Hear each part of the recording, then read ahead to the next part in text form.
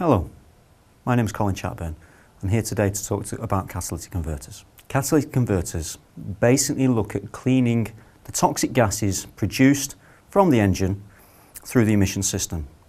What we're looking at here is taking some of the harmful gases away and producing something that's less harmful to the environment. The purpose of a catalytic converter is to convert harmful gases through a catalytic process into something less harmful. So the clue's in the title there. It's not a DPF, it's not an exhaust, it has its own role to play. Now, it's an important part of the modern vehicle through necessity in cleaning those harmful gases, but cleaning those harmful gases is actually now a legal requirement. And through government legislation, through a number of standards, through Euro 1, 2, 3, to currently Euro 6, we are having to work harder and harder at managing that gas flow. Catalytic converters basically came into function with the advent of Euro 3 legislation.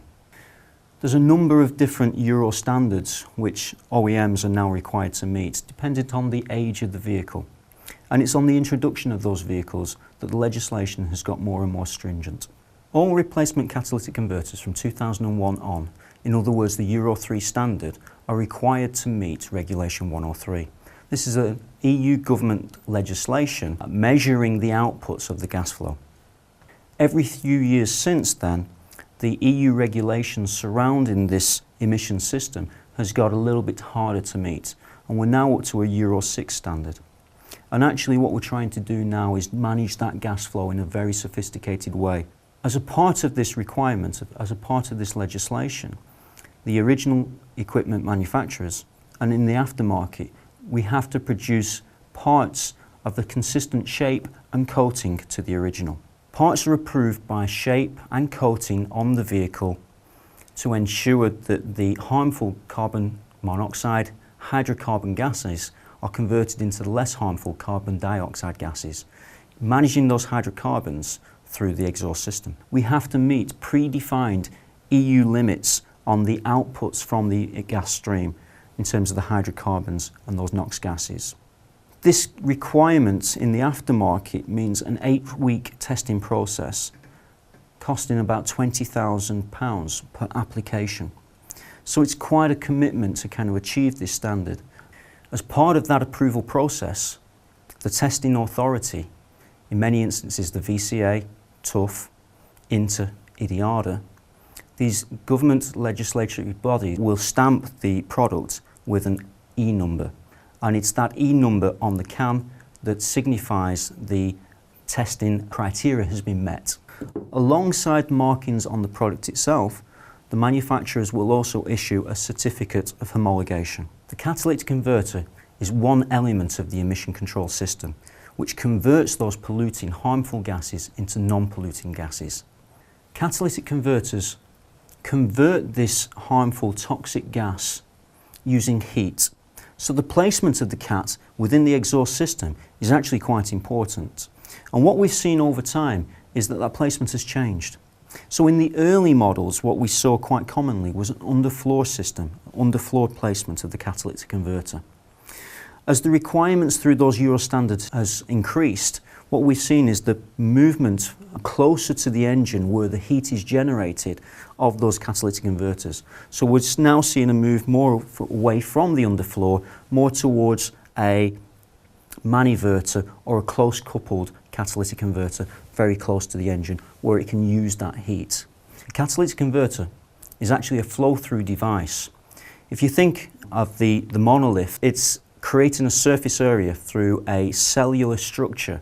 Think of a bundle of straws, and what it's designed to do is allow the gas to pass through that monolith, that construction, so that the gas touches lots and lots of the surface area. That surface area is coated with a precious metal, one of 3 precious metals: platinum, palladium, or rhodium. And those precious metals help convert those harmful gases into that less toxic gas. It's an important and essential requirement within the monolith that loading is sufficiently high to allow that reaction to take place. Insufficient loading of those precious metals means that too much of the harmful gases will be emitted through the exhaust out into the environment.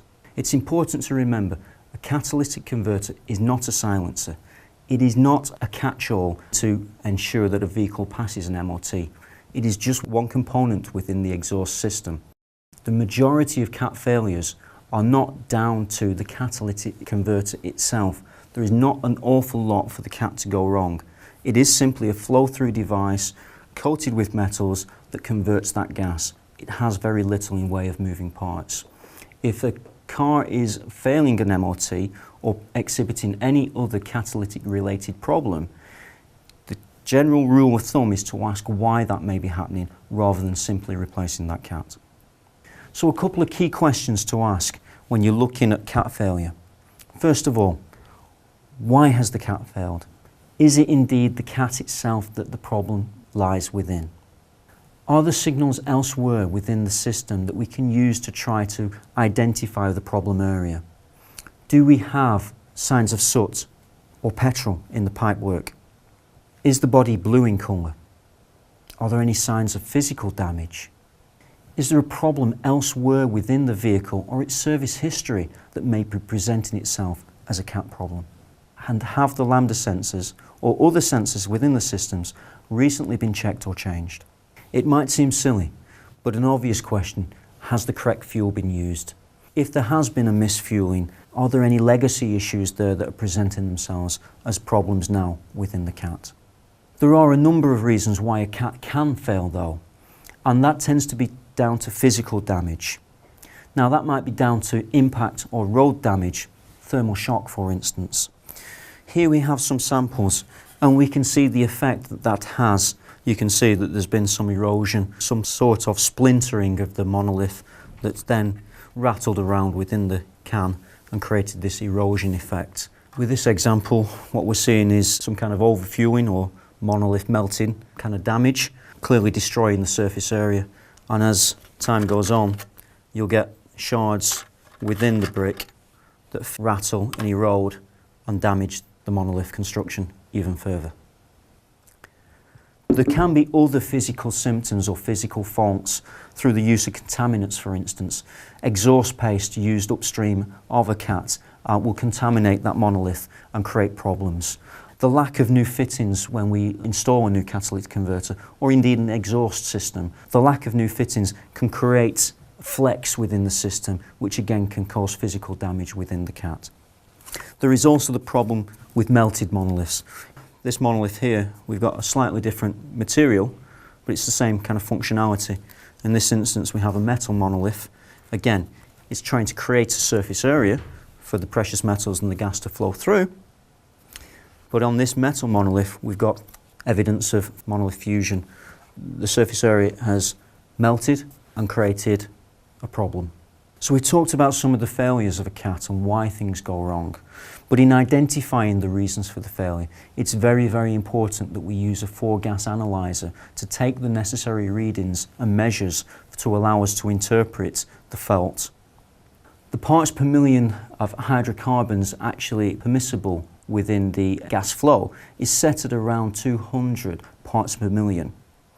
Actually, an engine fault will be signified within that hydrocarbon count at around 60 parts per million. So actually the testing tolerance is actually quite high. High hydrocarbon levels tend to suggest overfueling or petrol leaking into the exhaust system. And an increase of the CO levels from natural idle to fast idle will also indicate a misfire. So it's important to remember that we need to diagnose the reason for the failure rather than simply identify the cat as the fault and look for a replacement. We do have some common fault codes that we can perhaps look at.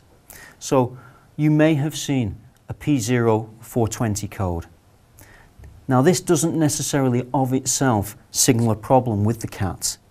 What it suggests is a cat efficiency problem. But actually, that may mean that it lies in the area of the cat and the function that the cat is performing rather than a fault with the cat itself. So it's also important to look at some of the contributing factors that may be influencing this fault code. Intake, air manifold leaks, fuel injector problems or leaks, misfueling, air leaks, incorrect spark plugs, timing issues, EGR valve problems. It may be a defective catalytic converter, but there may also be other contaminants entering the system, whether that's oil, antifreeze. Look at the sensors, look for physical damage, look for contamination. It may be that the cat is actually the victim of a problem elsewhere. I hope you found it useful. Thanks for listening.